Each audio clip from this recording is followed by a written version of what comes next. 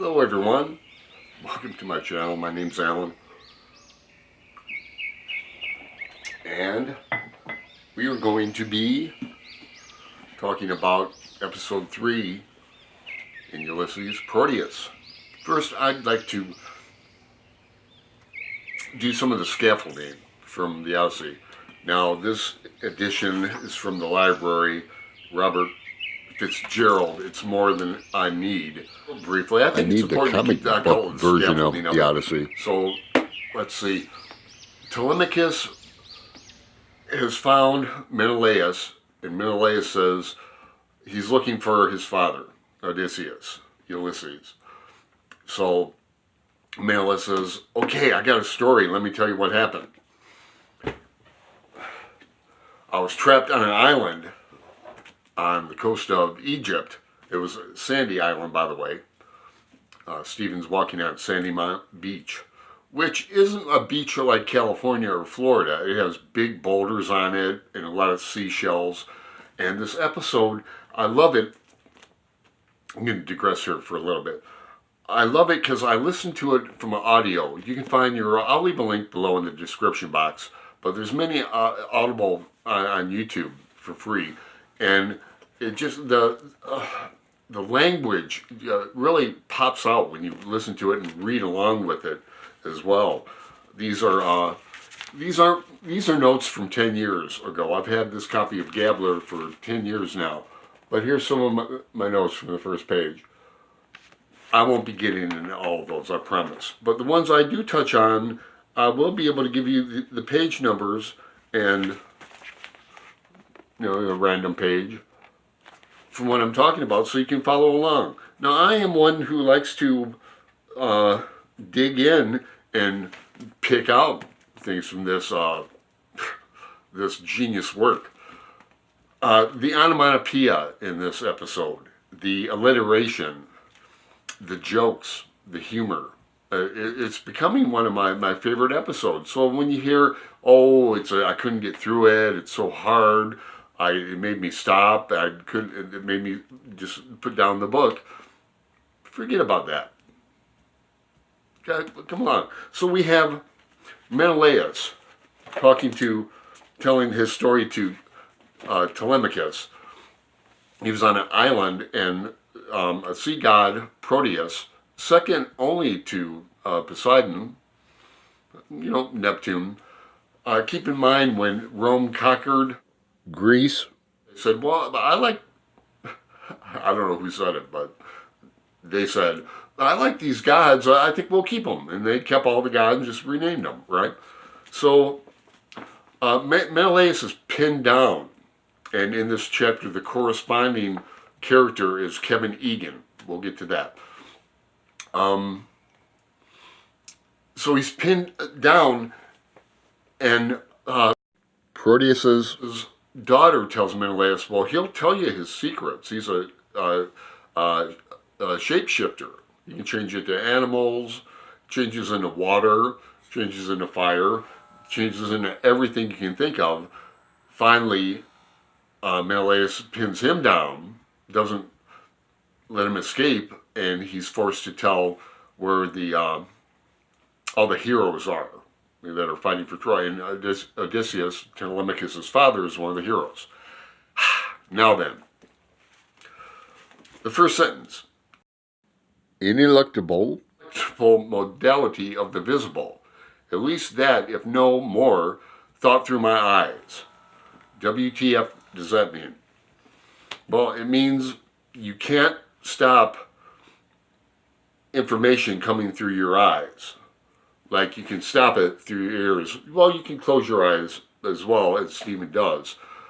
Taste, smell, things like that. It goes back to how do we know and describe consciousness? Aristotle.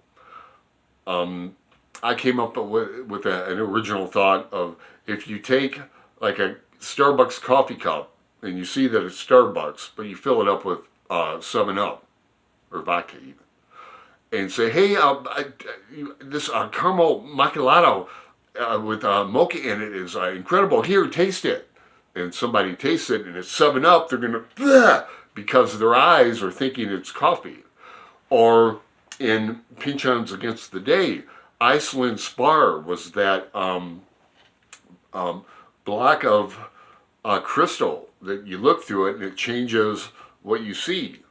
Or even, you know, a glass of water. If you look through it, it makes things look different. A window. Now, in Aristotle's time, this was a concept. They didn't have the biology that we have today, and the rods and cones, and that's how you see things, and actually it's upside down, and your retina flips it over, and that. So Stephen's walking on the beach, and he's thinking all these deep thoughts. And there's a foreign language in here, and that, and you can look it up. It's Necromander means one in front of the other. The next word, Neamdoander, means side by side, and that he's thinking about DC from episode 2. He sees a couple, they, at line 29. They came down the steps from Leahy's Terrace, like me, like Algie. They mentions Algie, the Swinburne, the poet, that Malachi Mulligan likes. In real life, Joyce hated. Now, I do have a habit of switching into Stephen and Joyce. I'll try to make that difference because they're so similar in here. For example, Stephen's lost his glasses while he's walking with his ash plant. Tap, tap, tap. You know, he's hearing the crush of the seashells under his feet. That's spelled out here. He's hearing the whoosh of the waves, the tides rolling in. He's thinking about, where does it all come from? This word Omphalos, which Buck referred to the Martello Tower in episode 1 as the Omphalos, the navel, the Earth Mother, and all things round. Look on page 32, lines 38, or even above that, 37. The cords have all linked back. Stren winding cable of all flesh. That is why the mystic monks. Will you be as gods? Gaze in your own fellows. Hello, Kitch here. Put me on to Edenville. Aleph, Aleph, not one. So just to unpack that, it's, you know, you could say it's simply Stephen making a phone call back to Eve through her umbilical cord. Or we can unpack it. Aleph is the first letter of the Hebrew alphabet. It also means ox, going back to DZ and his cattle, and Nestor and sacrificing of cattle, and all the suitors, and while Odysseus is away, the suitors are eating all his cattle, drinking all his wine. And here in our Voxer group, hashtag Ulysses 2020, we get into this a bit, and while, you know, how can he make the call through the umbilical cord when Adam and Eve don't have navels, although they're depicted of having navels in paintings? Or it's a telephone call. Let's see. The ghost woman with ashes on her breath is going to be throughout this episode, throughout this novel. Stephen's dead mother, his guilt towards that. Jesus wept. That is the shortest sentence in the Bible. That's on 368. He's thinking, it looks like it's really happening, this visit, but it's we find out later that he actually passed the turnoff while he's walking on the beach, so he's missed going to see his nuncle Richie. And in real life, this is Simon Dedalus's brother-in-law, who he didn't like. Now, Simon was from Cork, And Knuckle Richie is from... That is John Joyce. Knuckle James's Richie father is, was from Cork. Simon thought he was below the family. Didn't like the family. Makes fun of his nephew with the stutter in here. Now Simon, we're going to see in further episodes, Stephen's father has a talent for mimicry. He mimics Bloom. He mimics everybody. We'll see in Hades coming up. So, we'll check out, I'd like to point out line 61. Joyce has a habit of doing this throughout the novel. He'll be in third person. His pace slackened. Here. Then he's in first person. Am I going to Aunt Sally's or not? My consubstantial father's voice. Did you see anything in your artist brother Stephen lately? No? Sure he's not down in Strasbourg Terrace with his Aunt Sally? Couldn't he fly a bit higher than that, eh? And tell us, Stephen, how is Uncle? Sigh. Oh, weeping God, the things I'm married into. Sir, yes, sir, no, sir, Jesus wept, and no wonder, by Christ. Now this sir, yes, sir, no, sir, his nephew calls Knuckle Richie, yes, sir, no, sir. And it's really hard, the dialogue, to see who's speaking, but so we get through that. I mean, I could unpack this a lot. There's an Oscar Wilde poet, Rizriat, I can't pronounce it, but that's another dead person that Wilde was guilty about all his life. So that's a correspondence to Stephen's mother. Going down further, Buck Mulligan, thought of Buck Mulligan is constant in Stephen's mind. He's off to the ship to meet Buck and Haynes, keep in mind, so they can spend all his money.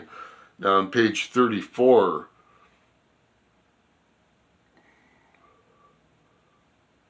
it's still the cousin Stephen. Here's a well-known line. It's 131, 2, 3, 4, 5. On the top of the house tram, alone crying to the rain, naked women, naked women. What about that, eh? What about what? What else are they invented for?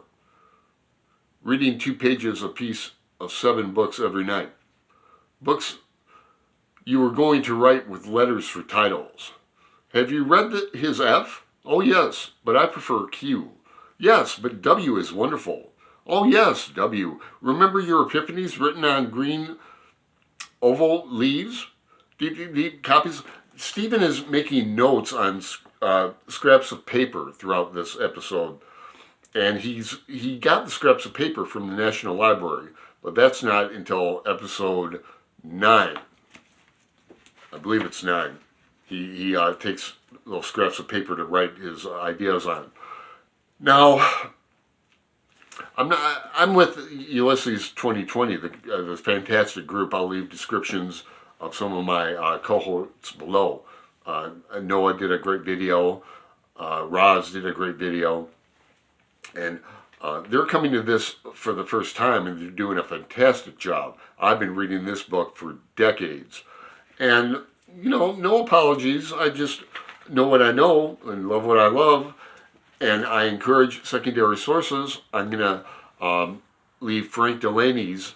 He did a line-by-line analysis, which I participated in. I'm under AMM 770, by the way. Or I think I might be under there as Alan, too. And also there's a new to me Joyce Project where all the text is written out and it's in different, characters are in one color, phrases are in another, places are in another color, and you can click on them and get the information with pictures and everything else. It's very convenient. So I encourage that. But there's nothing like reading it yourself, of course. And I've read it now in the past 2-3 days, at least 2.5 times, along with audio. And I'm learning new things all the time with this book. All the time. Where was I? I'm just going to pick up where... Okay, Kevin Egan. Let's talk about Kevin Egan. He's in here a few times. He's at bottom of page 34. Then he's at 247. Then he's at 3.261. Kevin Egan, who is corresponding with Menelaus in here. All the characters correspond with Homer, the scaffolding again. He was, his name was Joseph Casey, and Joyce met him in Paris. Kevin Egan is is it here or somewhere else? He was in Gay Paris he hides, Egan of Paris, unsought by any save by me, making his day stations the dingy printing case, his 3 taverns. He's talking about Patrice. Okay, we're back at bottom of 34 again. Patrice was Egan's son, who Joyce met in Paris. And they called him might have to get my Gifford out again. Yeah, 1 second, let me get this out. No, I can't. I'm using my Gifford for a tripod. He's an expatriate, but Stephen uses another word for that. Egan was accused of killing an English policeman and was taken to trial, and he got off on it. And as soon as he got off on the charge, he got out of Ireland. Okay, he was a Fenian. Kevin Egan was, and Joseph Casey was. So that's where all that is coming from.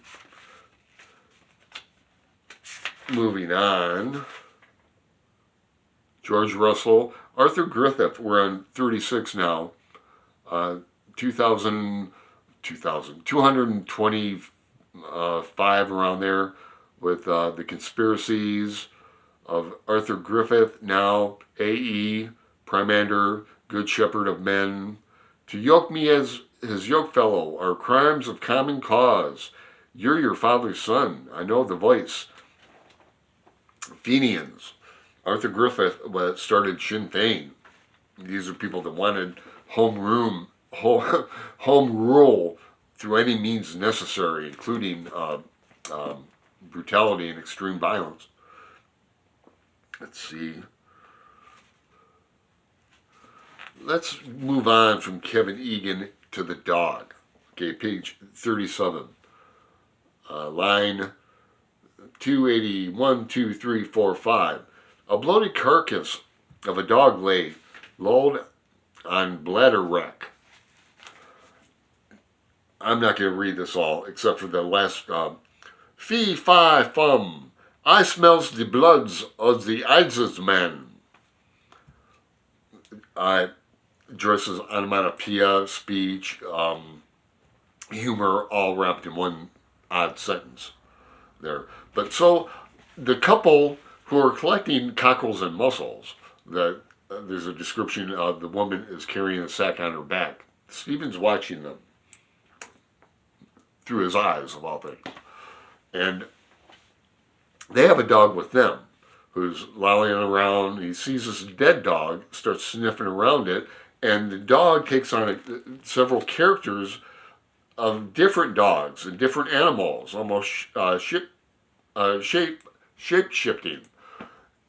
You know, he sees, it's like Stephen's putting the consciousness of human thought behind the dog, like, oh, what is this? This dead dog is me. Is this going to be me someday? The dog is thinking. I think we should give more credit to dogs myself. Moving on. Page 38, lines 310. I have a star by this, so it must be important. The dog's bark ran towards him, stopped, ran back. Dog of my enemy. I just simply stood pale, silent, bayed about. A primrose doublet, fortune's name. Joyce in real life, and Stephen is too, he is afraid of dogs. He is definitely afraid of thunder as well.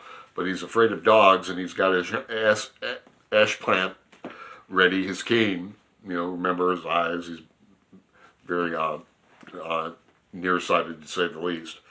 So he's afraid of this dog, And he gets into the point of he saved men from drowning, and you shake at a cur's yelping. This is a reference to Buck Mulligan, because Mulligan saved a man from drowning, not in the book, but somewhere before the book. And Stephen, at the end of that paragraph, a drowning man, his human eyes screamed to me out of horror of his death. I, with him together down, I could not save her, his mother. Waters, bitter death lost. A man and a woman. I see her skirties pinned up, I bet. Women, what else are they good for? Their dog ambled about a bank of dwindling sand, trotting, sniffing on all sides, looking for something lost in a past life. Reincarnation themes. Metempsychosis. Metapiped roses. Like a bounding hare, ears flung back, chasing the shadow of a low-skimming gull. There are seagulls on this beach. Kelly. Just on and on and on with the dog. Cockle pickers, the couple. They waited a little way in the water and stopping, soused their bags and lifting them again, waded out. The dog yelped. So we have the scene with the dog. Tatters, out of that, you mongrel. That's a shout getting Stephen out of his revelry. The man shouting at his dog, get out of that. You know, you're sniffing around a dead dog. Now, on page 39, line 361, 2, 3, 4, 5, after he woke me last night, same dream or was it? Wait, open hallway, street of harlots, remember? That's Haynes in Martello Tower, remember? He woke Steve up from the dream. At the bottom of the page, Aquinas, monk words, merry beads, jabber on their girdles, rude words, tough nuggets patter in their pockets, passing now. Alliteration. A side eye at my Hamlet's hat. He's describing the couple in the wine dark sea and the tides, and I almost expect him to. He uses almost every other song. Why not? Cockles and mussels. Let's see. Stephen's writing. He's taking notes again. Page 40, 400. At the bottom, turning his back to the sun, he bent over far to a table of rock and scribbled words. That's twice I forgot to take slips from the library counter. Whoever, anywhere, will read these written words. Who watches me here? Form of my forms. Here we have Kevin Egan again on page 41. Kevin Egan's going to appear in episode 9, line 429, his son Patrice. He lay back at full stretch over the sharp rocks, cramming the scribbled note and pencil into a pocket, his head tilted down on his eyes. That is Kevin Egan's movement I made, nodding for his nap, Sabbath, sleep. Et vidas dies, et erit valet bana. Hallo, bonjour. They met in Paris. Father and son, Kevin Egan was like a father to him. Again, many, many father-son themes in here. Let's see. Here's the tides. Line 451, 2, 3, 4, 5, 6. Listen, a four-worded wave speech. Sish, hish, rish, woos. Vehement breath of waters amid sea snakes, rearing horses, rocks. In cups of rocks it slops, flop, slop, slap, bounded in barrels, and spent its speech ceases. It flows purling, widely flowing, floating, foam pool, flower unfurling, the waves, the tides. In previous videos of mine, I referred to this drowned man that appears at the end of Telemachus, and I mentioned in foreshadowing that he's going to reappear again. And he does at the bottom of 41. 5 fathoms out there. Full fathom 5, thy father lies. At 1, he said, found drowned. High water at Dublin Bar. Driving before it a loose drift of rubble. Shoals of fishes, silly shells. A corpse rising, salt white from the undertow. Bobbing a pace, a porpoise landward. There he is. Hook it quick. Pull. Sunk through he be beneath the watery floor. We have him. Easy now. Bag of corpse gas sopping in foul brine. God becomes man, becomes fish, becomes barnacle, goose becomes featherbed mountain. Death breathes. A living breathe. Tread dead dust, devour a uranous offal from all dead.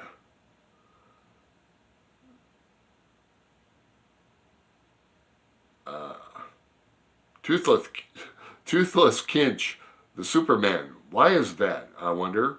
Or does it mean something, perhaps? The drowned man.